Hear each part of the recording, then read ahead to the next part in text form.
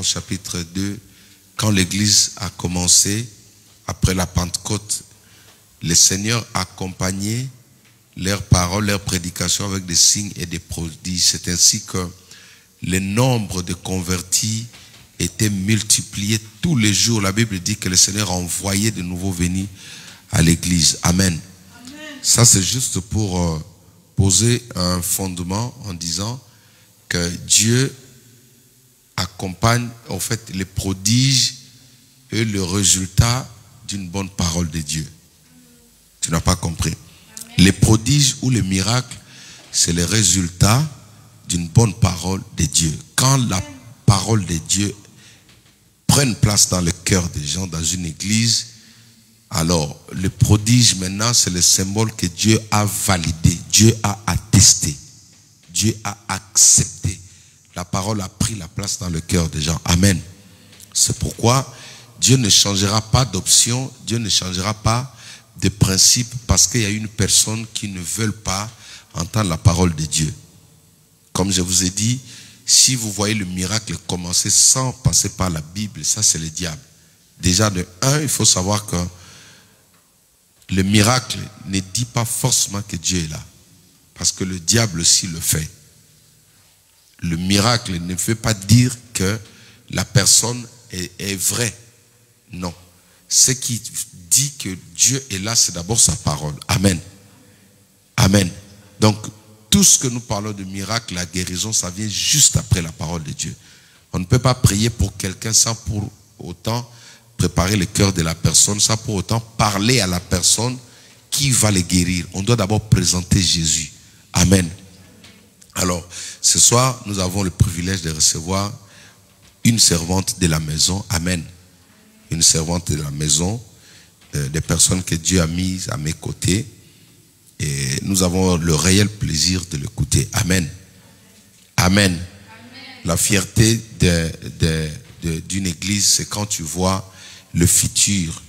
Quand tu vois le futur, quand Dieu te présente déjà les enfants, ça montre que cette église-là a de l'avenir. Là où il n'y a pas d'enfants, là où il n'y a pas de successeurs, il n'y a pas d'avenir. Amen. Donc, nous allons aujourd'hui recevoir la servante de Dieu, Gaëlle. C'est elle qui va nous nourrir. Et je demanderai déjà à l'église de pouvoir bien vouloir vous munir de vos Bibles. Amen. Prenez vos Bibles, prenez vos blocs-notes. Nous allons suivre la parole de Dieu. Comme je vous ai dit, avant que je prie pour toi, Dieu viendra par la parole. Il faut qu'il y ait une parole qui vient préparer. La parole est comme une piste d'atterrissage. Amen.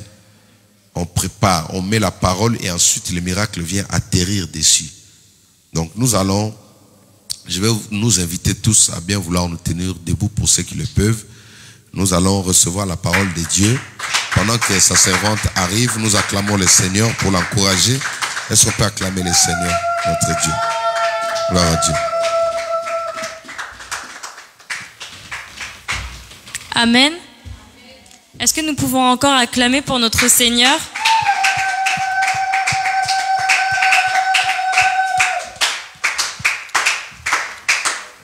La prédication, le court message que je vais vous donner, il est énormément en lien avec ce que le pasteur Alain avait dit quand il était venu. Donc, est-ce que nous pouvons acclamer pour ce qu'il a déposé au sein de cette église?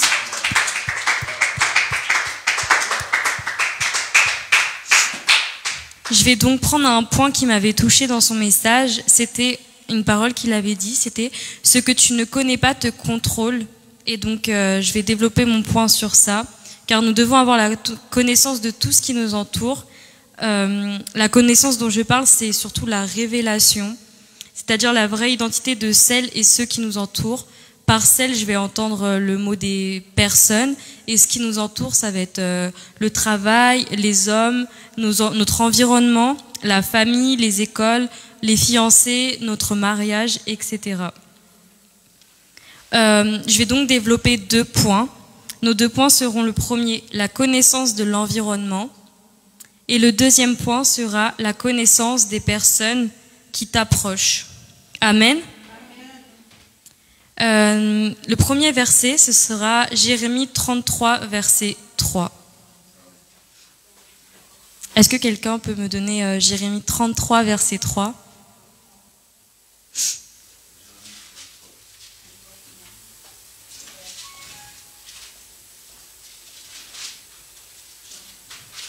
Jana, tu l'as trouvé? Tu peux venir.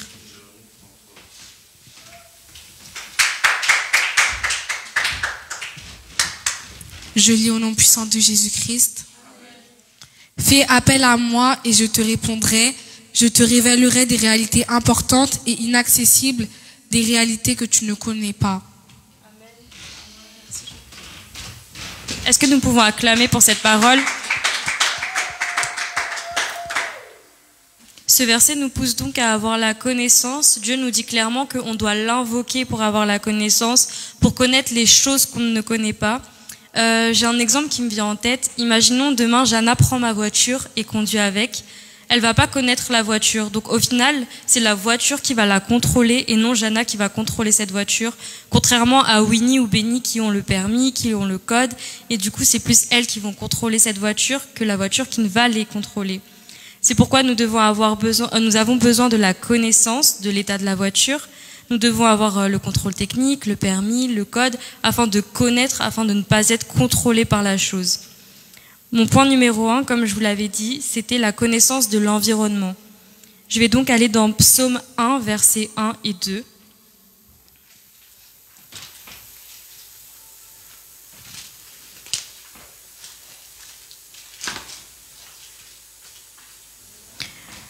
Psaume 1, versets 1 et 2 nous dit « Heureux l'homme qui ne marche pas selon le conseil des méchants, qui ne s'arrête pas sur la voie des pécheurs et qui ne s'assied pas en compagnie des moqueurs, mais qui trouve son plaisir dans la loi de l'Éternel. » Amen. Notre environnement, c'est quoi? C'est les personnes qui nous entourent, ça va être notre travail, ça va être nos amis, ça va être toutes sortes de choses qu'on utilise. Et la parole nous dit clairement « Heureux l'homme qui ne marche pas selon les conseils des méchants, qui ne s'arrête pas sur la voie des pécheurs et qui ne s'assied pas en compagnie des moqueurs, mais qui trouve son plaisir dans la loi de l'Éternel. » Donc notre environnement ne doit pas être en lien avec des personnes qui ne marchent pas selon Dieu. Notre environnement, ça doit être un environnement sain. Ça ne doit pas être avec des amis qui nous poussent à pécher. Amen. Ça ne doit pas être avec des amis qui font des choses devant nous qui ne sont pas de Dieu. Amen. Il y a également le verset 1 Corinthiens 15, verset 3.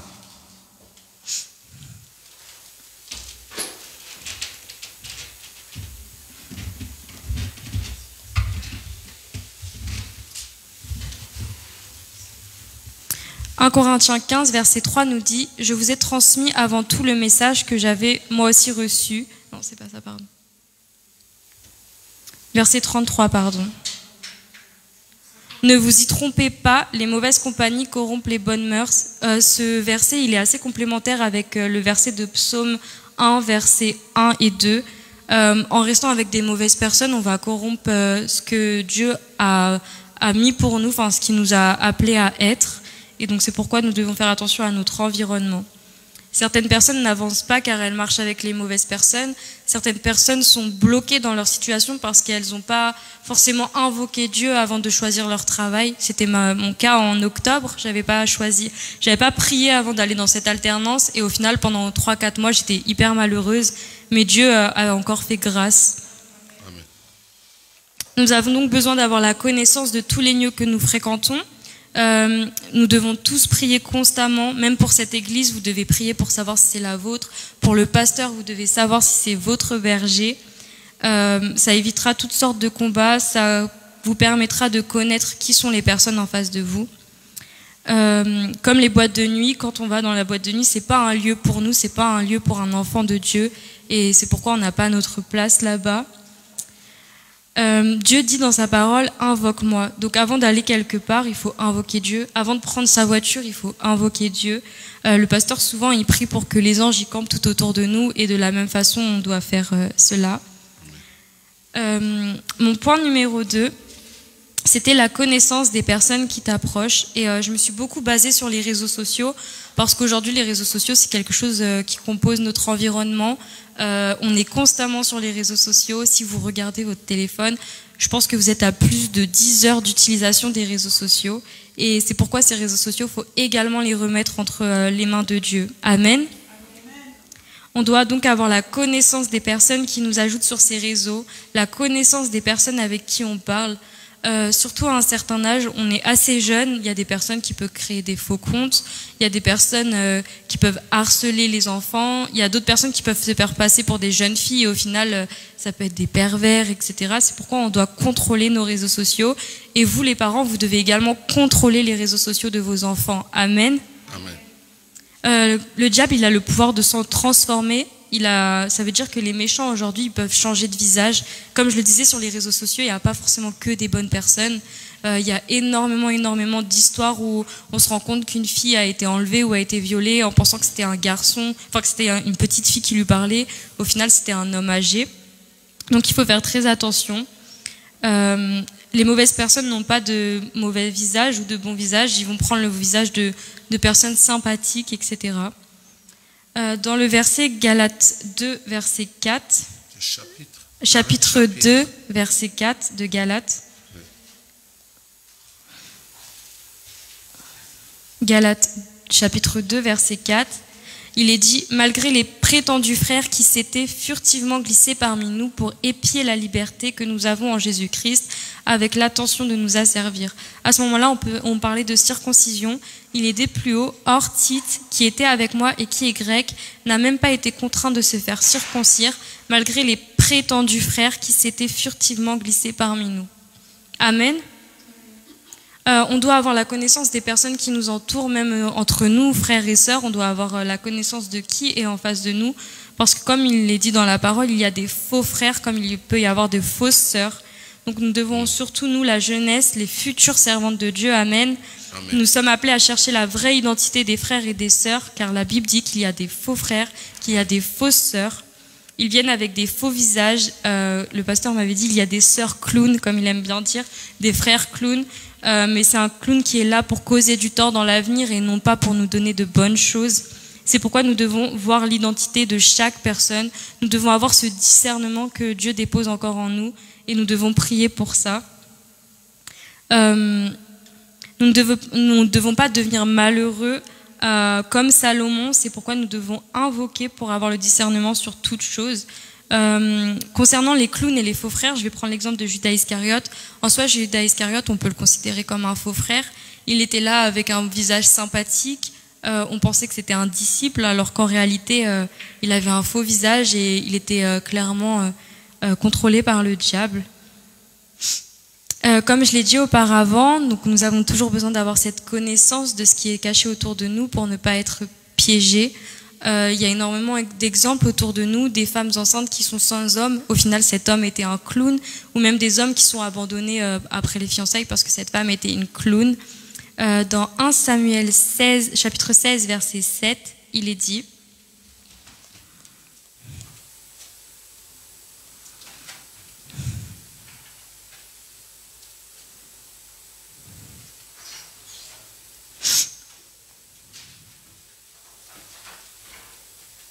1 Samuel 16, verset 7, Dieu nous dit « Mais l'Éternel dit à Samuel, ne prête pas attention à son apparence et à sa grande taille, car je l'ai rejeté. En effet, l'Éternel n'a pas le même regard que l'homme. L'homme regarde à ce qui frappe les yeux, mais l'Éternel regarde au cœur. » Et dans la vie de tous les jours, c'est la même chose. Notre chair va regarder à ce qui frappe les yeux, va regarder à la beauté de ce monde, va regarder aux choses qui vont nous attirer, alors que Dieu, il regarde pas à ça. Et c'est souvent comme ça que des filles ou même des garçons vont se trouver dans des mauvais mariages. Tu vas regarder au physique, tu vas regarder parce que la personne, elle prie devant toi, tu vas regarder parce que la personne, elle va jeûner, etc. Mais au final, il faut regarder ce qu'il y a à l'intérieur. Il faut réellement avoir ce discernement qui nous vient de Dieu afin de ne pas tomber dans des pièges. On ne doit pas juste se fier à l'emballage de la chose. Le pasteur, il aime bien dire il ne faut pas aimer les plaquettes de chocolat. Et donc, c'est réel, il ne faut pas juste regarder à l'emballage, mais au contraire, il faut aller plus loin. Il faut connaître, et pour connaître, il faut invoquer Dieu. Amen. Amen. Du coup, pour conclure, l'Esprit de Dieu, il illumine nos yeux. C'est son esprit qui ouvre notre cœur. Cet esprit qui ôte le voile qu'il y a sur nos yeux. Et je vous invite vraiment à prier pour ça, à pouvoir avoir le discernement afin de ne pas tomber dans des pièges. Quand quand vous prenez la voiture, il faut invoquer Dieu. Quand vous prenez une décision, il faut invoquer Dieu pour votre alternance, pour votre travail, pour même vos finances, de la façon dont on gère nos finances. Il faut prier pour avoir le discernement. Amen. Amen. Du coup, je sais pas, un message de haine où je vous dis d'arrêter de voir vos amis, où je vous dis d'arrêter d'aller au travail ou autre. Il faut juste avoir un discernement, faire attention à notre entourage, faire attention surtout aux réseaux sociaux. Amen, Jana est sublime. Amen. Et faire attention aux personnes avec qui on parle, aux personnes avec qui on sort dehors. Et pour ça, il faut prier et invoquer Dieu. J'ai terminé, pasteur. Acclamons le Seigneur.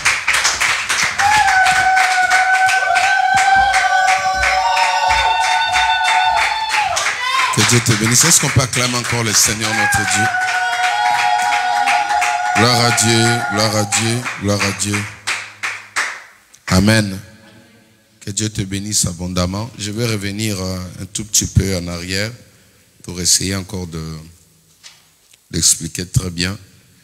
Elle nous a parlé sur le fait que ce que tu ne vois pas te contrôle, ou ce que tu ne connais pas prend le dessus, prend de l'influence sur toi.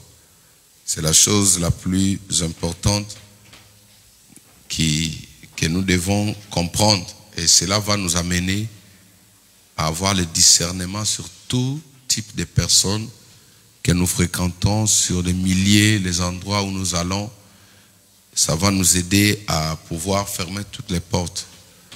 D'autant plus que le diable, il est là jour et nuit. Comme je disais à quelqu'un, quand on parle de vacances, c'est pour les enfants de Dieu, mais le diable ne se repose pas.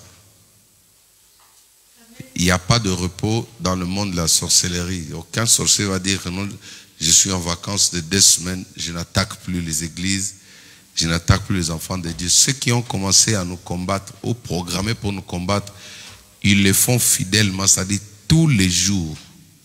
Ils essaient par des voies et moyens pour pouvoir nous atteindre, mais ils vont échouer lamentablement au nom de Jésus-Christ. Donc, nous devons prier que le Saint-Esprit nous ouvre les yeux spirituels. C'est important. Amen. Amen. Il faut que nous arrivions à connaître le vrai visage de personnes. Le vrai visage de personnes. Tout le monde ne peut pas être ton ami. Il y a des personnes qui doivent rester que de connaissances. Est-ce que vous m'entendez là? Tout le monde ne peut pas être ton ami. Je répète, tu ne peux pas être l'ami de tout le monde. Quelqu'un a dit, plus on a beaucoup d'amis, on aura beaucoup de problèmes. Tout le monde ne peut pas être ton ami. Il y a dans la vie, il faut savoir faire la part des choses. Ça, ce sont mes connaissances. Alléluia. C'est-à-dire des personnes que je fréquente sur le lieu de travail, des personnes que je fréquente à l'école. Nous passons toute la journée à l'école en train de passer nos études. Mais ça se limite là. Votre connaissance ne pas appeler à entrer dans votre chambre à coucher. Est-ce que quelqu'un me comprend? Votre connaissance n'est pas obligée de venir chez toi à la maison. Tu n'es pas obligé d'expliquer ton compte en banque à tes connaissances. Même ton fiancé, tu n'es pas obligé d'expliquer à tes connaissances. Tu n'es pas obligé. Le grand problème qui crée vraiment, qui bloque les enfants de Dieu, c'est que il y a des gens qui veulent faire de tout le monde leurs amis. Alléluia. Il y a des gens, ils doivent rester à 2 mètres de ta vie. Vous entendez bien. Les jours où tu le rapproches de toi, il gâche tout. Ne sois pas naïve ou naïf dans la vie. Amen. N'accepte pas tout. Il y a un verset dans Galates chapitre 2, verset 4, que la servante de Dieu vient de donner là. L'apôtre Paul s'adresse aux Galates. Il dit qu'il y a cependant des faux frères parmi vous. Ce verset-là, quand il a parlé de ça, ça m'a beaucoup touché. Quand on parle de faux frères, il y a aussi des fausses sœurs. Donc, tout ce qui vient à l'église là n'est pas enfant de Dieu pour le vrai. Tout ce qui prêche n'est pas de vrais enfants de Dieu. C'est pourquoi moi je mets toujours l'église en défi. Prenez toujours le temps de prier pour les hommes de Dieu qui souffrent de se faire beaux, qui souffrent de se maquiller pour attirer les gens. Paul dit, il y a des faux frères qui se sont glissés parmi vous. Mais lui, il n'a pas aussi lâché l'affaire. Il a prêché la vérité contre ces gens-là. Comment tu vas connaître ces faux frères-là? C'est là où nous revenons dans la prédication de notre sœur. Un faux frère peut venir auprès de toi pour te promettre aussi un mariage. Parce que les gens pensent que tout ce qui vient à l'église là, ça vient pour prier. L'église aujourd'hui est un peu comme l'arche de Noé. Et il y a toutes sortes des animaux dedans. Toutes sortes des animaux sont là. Et comme nous sommes sous la grâce, Dieu permet que même des infiltrés arrivent à l'église. Par amour, Dieu souhaiterait que ces gens-là puissent se convertir. Et cependant, il y a des personnes qui ne vont pas changer. Tout ce qui parle bien n'est pas un homme de Dieu ou un enfant de Dieu. Vous savez, quand je reçois des gens dans mon bureau, dans les entretiens, il y a des gens qui te parlent comme ça, il est en train de mentir, mais tu regardes le profil, le visage de la personne, le physique te dit qu'il dit vrai. Et parfois la personne pense que tu le crois. Heureusement que Dieu nous a équipés de l'esprit de sagesse et de discernement. Suivez-moi ici. Je vais vous relater une histoire un peu. Un garçon voulait avoir de papier au travers d'une fille française. À l'époque, nous étions tous en train de travailler au noir. Il a débarqué à la gare du Nord, à côté de ces fameux magasins où les filles aiment beaucoup se tenir debout là. Jenny fait quelque chose comme ça. Dans ce trottoir là. Des filles qui quittent leur maison pour aller rester là-bas. Dans ces endroits-là, on n'a jamais compris, mais il y a des hôtels, il y a des esprits qui les attirent là. C'est pas normal. Tu ne peux pas sortir chez toi, chez tes parents, pour aller te tenir à la gare. Les gens passent, toi tu es à la gare ou à l'entrée du métro. Tu es là, bien habillé, avec ton portable en train de mastiger, j'allais dire mastiger, tu as le chewing-gum dans la bouche. C'est une possession démoniaque. Alors, ce gars, nous étions au travail, il a dit, il doit avoir des papiers, mais il va les choper auprès d'une fille. Qu'est-ce que le gars fait? Quand il a abordé les jeunes filles à la gare du Nord, les filles lui ont dit, mais tonton, toi tu es nul, tu n'as rien, tu n'as pas de travail, et puis voilà, nous on ne veut pas des gars comme ça, tu dois avoir des moyens, tout ça. Lui, il a menti, il dit non, j'ai des papiers, regardez tout ça. Maintenant, la fille en question lui pose la question, dit, mais tu travailles où, tu es dans quoi? Il lui dit non, je suis réparateur des ascenseurs. Alors qu'on était des sans-papiers, sans formation. On travaillait au noir, là-bas on balayait. Et le chantier, vous savez, quand il est encore en travaux, les électriciens, quand ils viennent, ils passent de câbles. Vous voyez? Et maintenant, comment on appelle ça, dans la ligne où ils vont placer l'ascenseur, il y avait encore des câbles électriques en vrac. Et dans le tunnel, voilà, le tunnel de l'ascenseur. Et lui, qu'est-ce qu'il fait? Il nous dit, écoutez, je dois avoir cette fille-là. Quand je lui ai dit que non, je suis réparateur des ascenseurs, la fille a dit, ah ouais, celui-là, donc, voilà. Et il est venu, il nous a demandé un casque, on lui a donné le casque, il est passé derrière le câble. Il a pris le câble comme ça, Il a pris une pince avec la main droite, il a fait comme ça, il nous a dit, prenez-moi une photo. On lui a pris la photo, il a tourné comme ça, on l'a pris, on a fait des photos, et voilà les gars. Il est rentré le lendemain à la gare du Nord. Il arrive, non, c'était le même soir. Là. Il arrive là-bas, il trouve encore la fille toujours chez Jennifer. Là. Il ne faut pas aller là-bas. Même à Châtelet, votre place n'est pas là-bas. Même à la gare là-bas, n'allez pas dans ces histoires-là. Vous allez tomber sur des gars comme ça. Tu penses que non, c'est un vrai frère, alors que c'est un faux frère. Alors, il arrive, il présente la photo. La fille a appelé ses copines. Il dit, non, voilà, j'ai trouvé un gars, c'est un ingénieur, c'est un réparateur, il prépare des ascenseurs. Après, il a travaillé un peu la mémoire de la fille. Et la fille est tombée amoureuse de l'homme. Il l'a amené, puis il a engrossé la fille, excusez-moi le terme. Et la fille s'est rendue compte après que le gars était sans papier.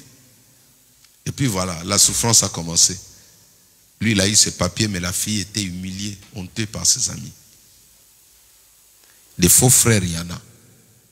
Pour comprendre ces gens-là, tu as besoin de discernement, tu as besoin de demander à Dieu de t'ouvrir les yeux comme on nous a prêché. Alléluia. Il y a des gens qui vont venir comme ça. Nous avons connu. Vous savez l'histoire, je vous ai parlé des sous-vêtements magnétiques là. Hein? Cette personne était venue comment? À l'époque, elle est venue, elle a dit que Dieu l'a mise à cœur pour soutenir mon ministère. Et chaque fois quand j'allais prêcher, maman Titi était enceinte d'émeraude. Moi je prenais mon piano comme ça, et avec Sublime je supportais là à gauche. On allait comme ça dans le tunnel de Paris là-bas, on n'était pas encore véhiculé. Et elle nous accompagnait. Une sœur bien. Pasteur, Dieu m'a mis à cœur de soutenir ton ministère. Je vais louer des grandes salles pour le croisade d'évangélisation. Suivez-moi ici.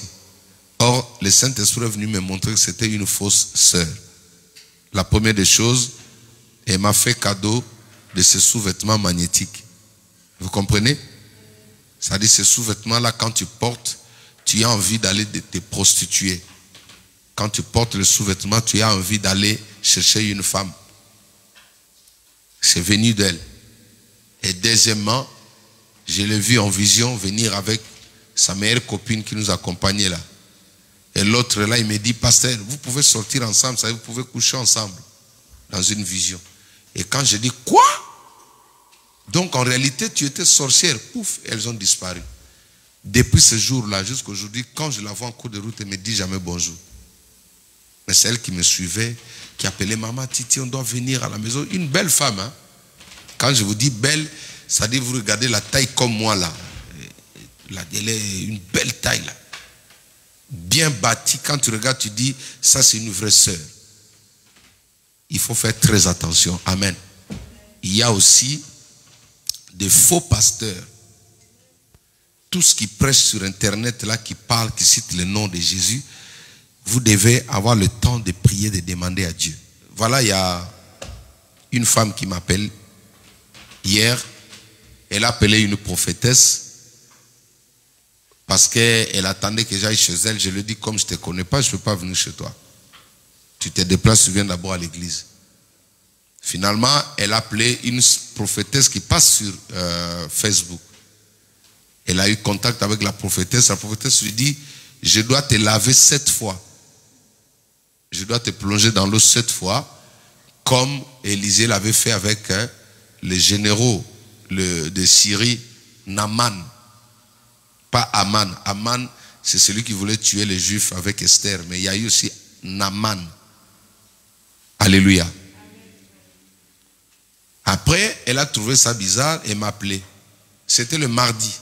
Après le culte, la personne m'appelle. Elle dit, pasteur, est-ce que c'est normal pour que j'ai la délivrance, on doit me plonger 7 fois dans l'eau? Je dis, c'est le baptême ou quoi? Il dit, non, la personne, même l'immersion en question là. 7 fois. Ça, ce sont des fausses sœurs. La Bible dit qu'ils se sont glissés, sont nombreux. Et le grand problème, c'est que ils parlent bien. Ces personnes-là, ils ne tâtonnent pas comme nous autres, là, ils ne cherchent pas des mots. Ils ont la langue du serpent. Quand il commence à parler, tu dis non, ça c'est une servante de Dieu. Tu n'hésites pas pour donner ce que tu as. Moi j'ai dit à la femme, elle-même, regardez là où elle se trompe. Elle dit encore à la femme, Bartimée était guéri comment il était dans la piscine. Moi je dis, mais le texte dit que Bartimée n'était pas plongé dans l'eau. Jésus l'a guéri, il a dit, toi tu n'entres pas dans l'eau, prends seulement ton lit et marche. Quand je lui ai dit, tu vois maintenant la contradiction, elle s'est contredit, elle a donné des versets bibliques qui contredisent complètement ce qu'elle dit. Comme tu es là, suivez-moi ici. Pourquoi, pour avoir la délivrance, un pasteur va te laver? Même moi, ton pasteur, si je t'appelle comme ça, quitte l'église. Alléluia. J'ai mes filles, là, je n'ai pas le droit de les laver, mes filles.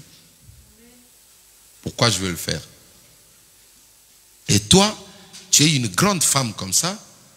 Un papa qui te dit, viens, je vais te laver. Il n'est pas ton père, ni ton oncle, ni un gars de ta famille, ni les tontons du quartier. Et toi, tu viens, parce que peut-être tu veux avoir des enfants, il dit, va te laver, tu te laisses faire. Il te lave pour avoir peut-être une promotion. La Bible dit, il y a des faux frères et des fausses sœurs. Même une fille ne peut pas te laver. Il y a des cas où peut-être si la personne était malade, on peut lui venir en aide. Voyez, il faut voir aussi de quelle manière on lave la personne. Tu ne peux pas passer par certaines pratiques parce qu'il y a le nom de Dieu. Alléluia. Celui que tu ne connais pas, il peut te dominer. Tout le monde ne peut pas être ton ami. N'appelle pas tout le monde ami.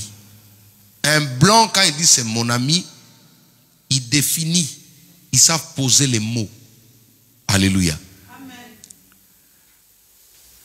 Le jour où mon frère, qui est ici, mon cousin m'a présenté auprès de ses amis que non, c'est mon cousin, j'étais choqué. Parce que je venais du bled, vous comprenez? Lui, il a mis du temps ici, il connaît le sens de mots.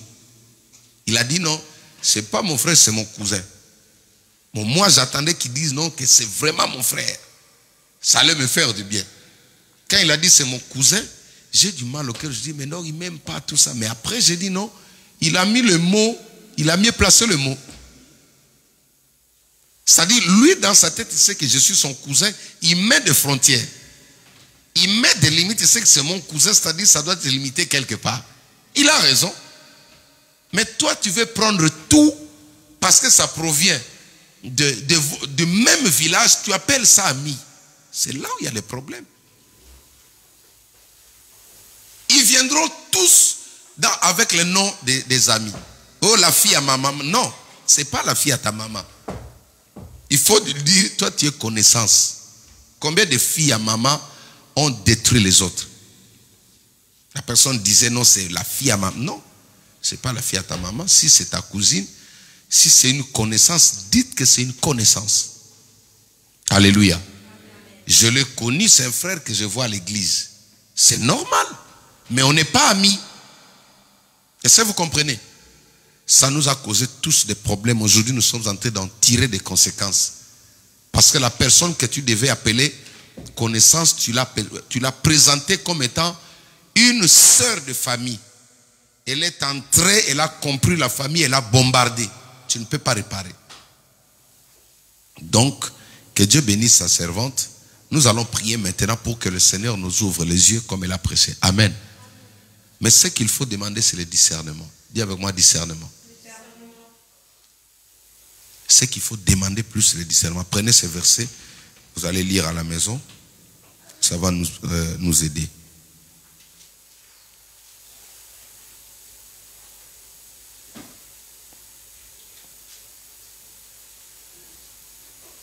C'est important parce que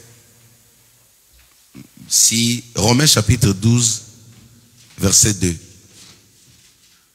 la Bible dit ceci: ne vous conformez pas au siècle présent, mais soyez transformés par le renouvellement de l'intelligence, afin que vous discerniez. Dis avec moi, discernement. Quelle est la volonté de Dieu, ce qui est bon, agréable et parfait? Il n'y a que le discernement qui peut vous aider à sonder le cœur des gens. Alléluia. Aujourd'hui, il y a des faux frères qui abusent des filles, mais au nom de Jésus-Christ. Vous n'avez pas entendu ça? C'est pourquoi moi j'ai toujours interdit à mes filles, si vous n'avez pas le droit de prendre le numéro de portable des personnes que j'invite ici. Personne ne peut t'appeler, après, sans mon autorisation, t'appeler Winnie, comment tu vas? Il est la connaissance du Père. Comment tu peux prendre la connaissance de ton père spirituel, tu fais des listes ton ami? Le pasteur n'est pas au courant, toi tu l'appelles, tu lui poses des questions. Tu lui dis tes problèmes. Alléluia. J'insiste, même ceux qui sont à la maison. Quand je les dis, j'assume.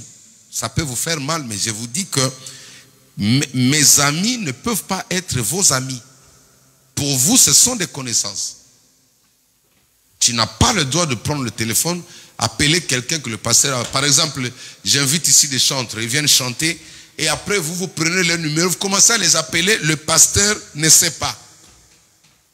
C'est là où il y a le problème. Parce qu'il y a aujourd'hui des faux frères à l'église. Il est venu à l'église que pour abuser des sœurs. Quand vous chantez là, tout ce qui tourne dans sa tête, je dois baisser la culotte à cette fille-là. Je dois l'humilier. Il y a des fausses sœurs, quand ils voient ton pasteur comme ça, ils disent, je dois baisser la culotte du pasteur là. C'est là, elle sera maudite au nom de Jésus-Christ. C'est pourquoi nous avons besoin du discernement. Alléluia. Tu as compris, Gaël? Donc, quand vous passez ici, juste après, vous n'avez pas besoin de trop de compliments. J'aime pas trop de compliments, moi. Compliments plutôt.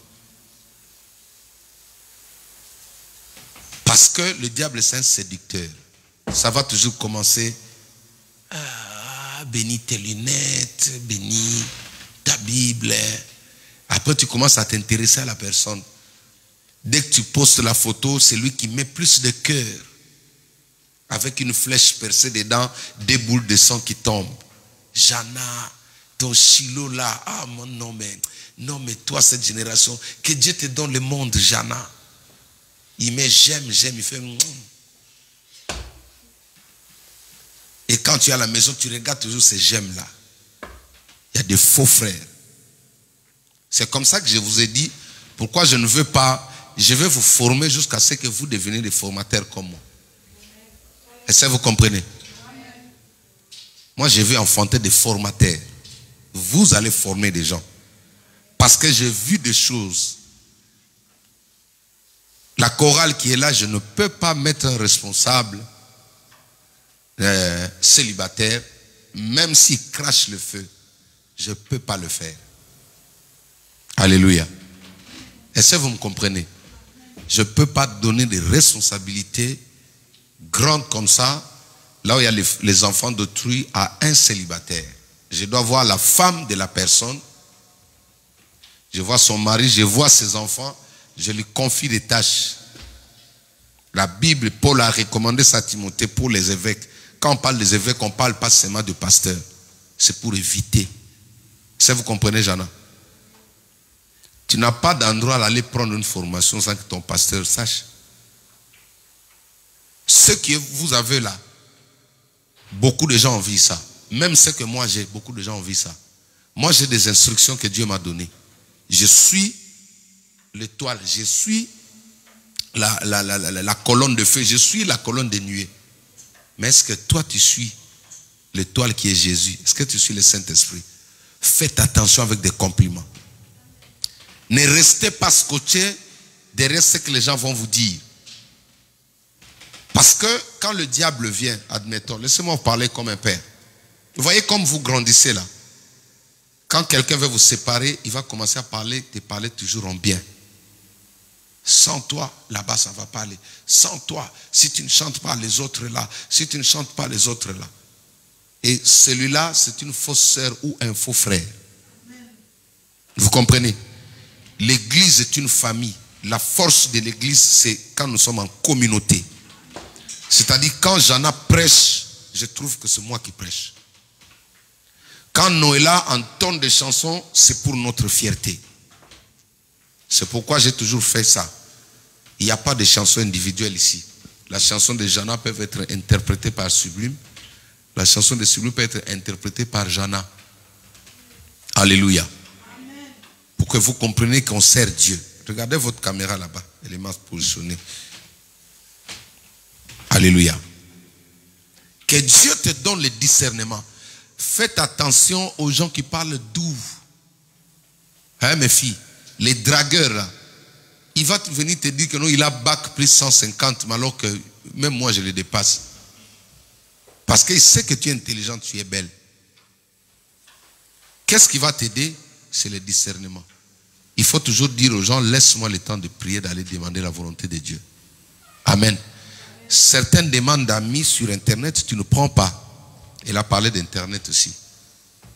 Eh oui. Certaines demandes d'amis, si ça ne te plaît pas, tu ne peux pas faire de tout le monde tes amis. Sur Internet, on peut envoûter une fille. On peut travailler une fille sur Internet avec ta propre photo. La personne prend la photo, il fait des prières, des incantations dessus.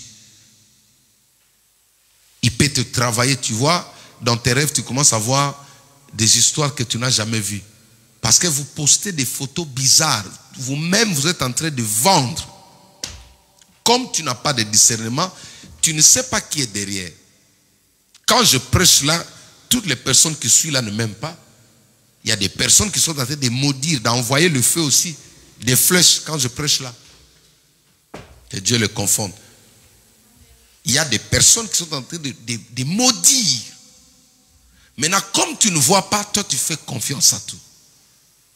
Les problèmes de l'église, les gens pensent que l'amour exclut la prudence ou la vigilance. Tout le monde ne peut pas être ton ami. Tout le monde ne doit pas connaître ta maison. Tout le monde ne doit pas connaître ton secret. Quand un garçon cherche à connaître ton secret, c'est-à-dire il veut t'avoir. Alléluia. Quand un garçon veut connaître ton secret, il veut t'avoir. Ne dis pas tes faiblesses à n'importe qui. Non mais moi je suis fort, mais si je vois la semoule. Quand tu dis ça, ils vont préparer ça pour toi. Moi je suis fort, mais les gens des garçons là, si je vois qu'il y a une joue trouée comme ça, quand tu dis ça, le diable prépare ça pour toi. Moi je suis fort, mais les filles qui ont la taille comme le pasteur, je n'arrive pas. C'est ceux qui vont préparer pour toi. Ne dis pas tes faiblesses à tout le monde. Quand quelqu'un te pose la question, une fille sage, tu dois demander pourquoi tu veux savoir pourquoi tu poses cette question. Alléluia. Parce qu'elle a dit, ce que tu ne vois pas te contrôle. Quand tu ne sais pas voir le cœur, l'identité de la personne, il peut se jouer de toi. Prends le temps avant de dire oui, prends le temps de méditer. Je veux que nous puissions prier, même ceux qui sont à la maison. N'amenez pas tout le monde chez vous, dans vos maisons. Ne prends pas tout le monde dans ta voiture. Alléluia. Il y a des personnes, tu le vois, donne-lui un ticket. Métro, ne le prends pas dans ta voiture. Hier, j'étais avec un ami pasteur. Il a pris quelqu'un dans la voiture. Lui, il est descendu pour aller retirer l'argent dans le distributeur. La personne a volé son portable. Quand il est revenu, il avait 2 portables. Le portable n'était plus là. Il s'est rendu compte après. Il rentre, il appelle la personne. Il dit, Wallahi billahi, je n'ai pas touché à ça. Il dit, bon, attends, je suis sorti avec ça. L'un ça, c'est mon portable. Les gens m'appellent l'église. C'était là. J'étais seul dans la voiture. C'est toi qui es monté. Il dit, Wallahi billahi. Bon, comme il a déjà dit billahi, là, tu vas faire quoi? Ne prends pas tout le monde dans ta voiture. Tout le monde n'a pas droit d'accéder dans ta maison, même s'il n'y a rien. Il y a des personnes qu'il faut limiter au salon. Il y a des personnes qu'il faut limiter en dehors même. Vous avez compris? Tenons-nous debout, je vais prier. Faites attention aux amitiés. On nous a dit celui que tu ne connais pas. Nous avons dans nos églises beaucoup des infiltrés. Nous avons aujourd'hui des sorciers en cravate, des sorcières en cravate. Nous avons des envoyés du diable en cravate. Ils ont tous la Bible dans leur bouche, mais ils sont venus pour détruire. Alléluia. Un garçon qui te dit non, vous devez sortir pour qu'ensuite il te marie, ça c'est un faux frère. Dis avec moi faux frère. Dis avec moi faux frère. Il dit mais comment je saurais que tu vas avoir des enfants? Dis-lui moi j'aurai des enfants. Même s'il est pasteur. Parce que peut-être tu vas croire que le frère, non, il y a des pasteurs comme ça. Hein. Ils puisent l'onction sur des filles dans les églises comme ça. Avant de prêcher, il abuse sur des filles. Moi, je dois vous dire des choses comme ça parce que la majorité de mes enfants, ce sont des filles. Alléluia. Nous, nous cherchons Dieu pas avec nos genoux. Nous mettons nos genoux par terre pour chercher Dieu. Mais il y a des gens qui ne prient pas. Lui, son problème, c'est les femmes d'autrui, les filles d'autrui. Quand il vient dans une église, il veut se renseigner qui sont vierges. C'est même pas ton rôle. Ça, il faut laisser ça même à la maman pasteur. Tu vas aller avec ça où? Parce qu'on leur dise, il faut abuser de ces enfants-là. C'est pourquoi vous devez avoir les yeux ouverts. Ne dites pas tout. Ne dites pas tous tes secrets. Ne vends pas tes secrets. Au nom de l'amour. Dis-moi ne fût-ce que là, donne-moi ne fût-ce que ton numéro. Non. Je vais te donner mon numéro, pourquoi? En anglais, c'est fake frère. Fake? Tu vas me casser la langue, toi, ces gens-là. Que Dieu bénisse nos familles à Londres. Là. Fake. Voilà. Oui, oui, c'est ce que vous avez dit. Est-ce qu'on peut acclamer pour vous-même, là?